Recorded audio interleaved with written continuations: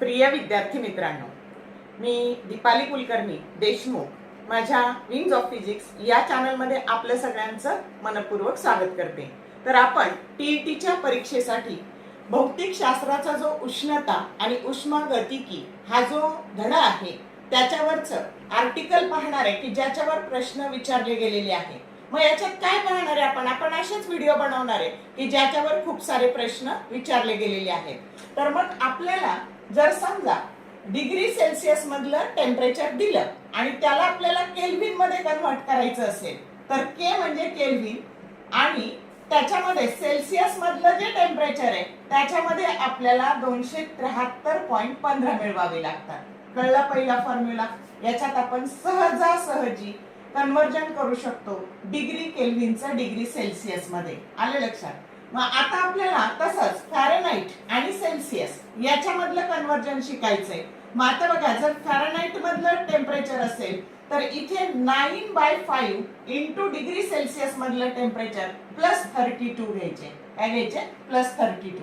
आणि आता जर आपल्याला केल्विन टू फॅरेनहाइट असं कन्वर्ट करायचं असेल तर C बरोबर 5/9 इंटू ब्रॅकेट, आता बघा हे एवढेच ठेवले आपण तर हे झाले F मायनस 32। कन्वर्जन कसं केलं बघा, एवढेच ठेवले, याला मायनस केलं आणि नंतर हे मल्टिप्लाय झाले त्याला 5/9। समजलं का? आता हे तिन्ही फॉर्म्युले चांगले लक्षात ठेवा, ह्या सगळ्यावर प्रश्न विचारले गेलेले आहेत। कळलं का? तर आता प्रश्न काय आहेत ते आपण बघूयात। हा पहिला प्रश्न टीईटी 2013 ला विचारलाय बघा।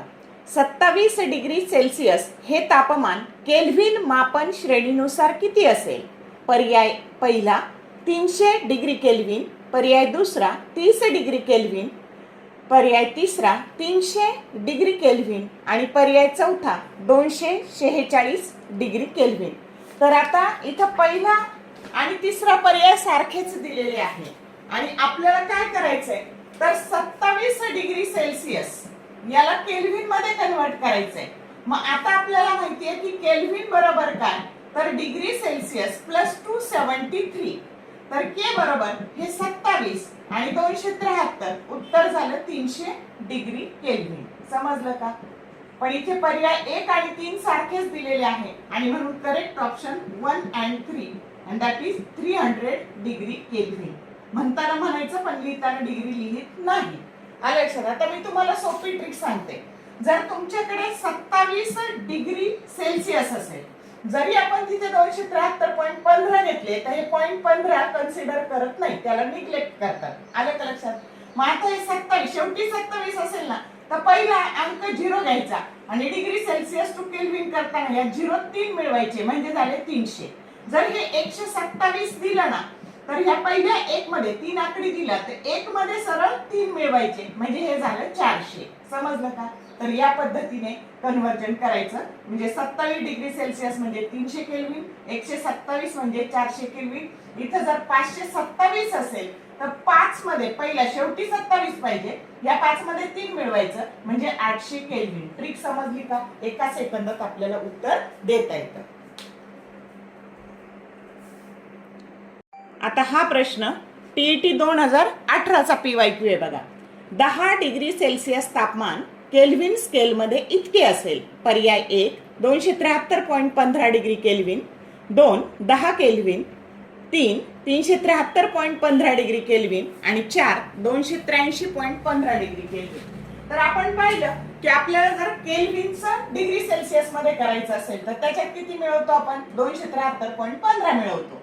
मग आता 10 डिग्री सेल्सिअस दिले म्हणून हे 10 आणि त्याच्यात 273.15 मिळवले तर उत्तर काय आलं आपलं? 283.15। किती सोपं आहे बघा, की जो पर्याय क्रमांक 4 आहे। म्हणजे एवढे सोपे प्रश्न टीईटीला पडतात की ज्याने आपला वेळ वाचतो, म्हणून तिन्ही फॉर्म्युले चांगले करा। तर आता आपण पुढचा प्रश्न बघू। आता हा प्रश्न टीईटी 2025 ला विचारलाय बघा। केल्विन श्रेणीमध्ये 50 डिग्री फॅरेनहाइट तापमान किती असेल? पर्याय 1 323.15 केल्विन, 2 278.16 केल्विन, 3 223.15 केल्विन आणि 4 283.15 केल्विन. तर आता बघूयात आपण. आता आपल्याला काय दिलंय? 50 डिग्री फॅरेनहाइट दिले आणि कशात कन्वर्ट करायचंय हे आपल्याला? तर केल्विन मध्ये कन्वर्ट करायचंय. केल्विन मध्ये किती? प्रश्न समजला? मग आधी आपल्याला केल्विनचा फॉर्म्युला काय असतो? तर सेल्सिअस मधलं तापमान त्याच्यात 273.15 मिळवावी लागतात. म्हणजे पहिलं काम काय? तर आपल्याला आधी हे फॅरेनहाइटचं कशात कन्वर्ट करायचं? सेल्सिअस मध्ये. मग त्याच्यासाठी फॉर्म्युला असतो C that is equal to 5/9 into bracket F minus 32. आलं लक्षात? मग आता 5/9 F किती आहे? फॅरेनहाइट 50. 50 वजा 32 म्हणजे 18 आले बघा. मग 5/9 गुणिले 18, 9 दुने 18 म्हणजे हे झाले 10. सेल्सिअस मधलं काय झालं? 10 डिग्री सेल्सिअस. मग केल्विन मधलं काढताना सेल्सिअस मधलं 10 आणि त्याच्यात मिळवले आपण 273.15 म्हणजेच काय झाले? K बरोबर 283.15 डिग्री सेल्सिअस. तर जो करेक्ट ऑप्शन काय आहे आपला? तर ह्या पद्धतीने तो झालाय ऑप्शन क्रमांक 4. समजलं का? तर बघा विद्यार्थी मित्रांनो, कमी वेळेत आता नेमका काय अभ्यास करायचा? कारण खूप सारे काम आपल्याला आलेले आहेत आणि अशातच आपल्याला टीईटीचा अभ्यास पण करायचा आहे. मग आता काहीतरी दिशा मिळावी की कशावर जास्ती प्रश्न विचारले गेलेले आहेत, अशा PYQचा अभ्यास करून मी असे व्हिडिओ बनवलेले आहेत. मला खात्री आहे की तुम्हाला कमी वेळात छान अभ्यास करायला हे व्हिडिओ निश्चित उपयोगी पडतील. व्हिडिओ आवडला? लाईक करा, शेअर करा, कमेंट करा. थँक्यू.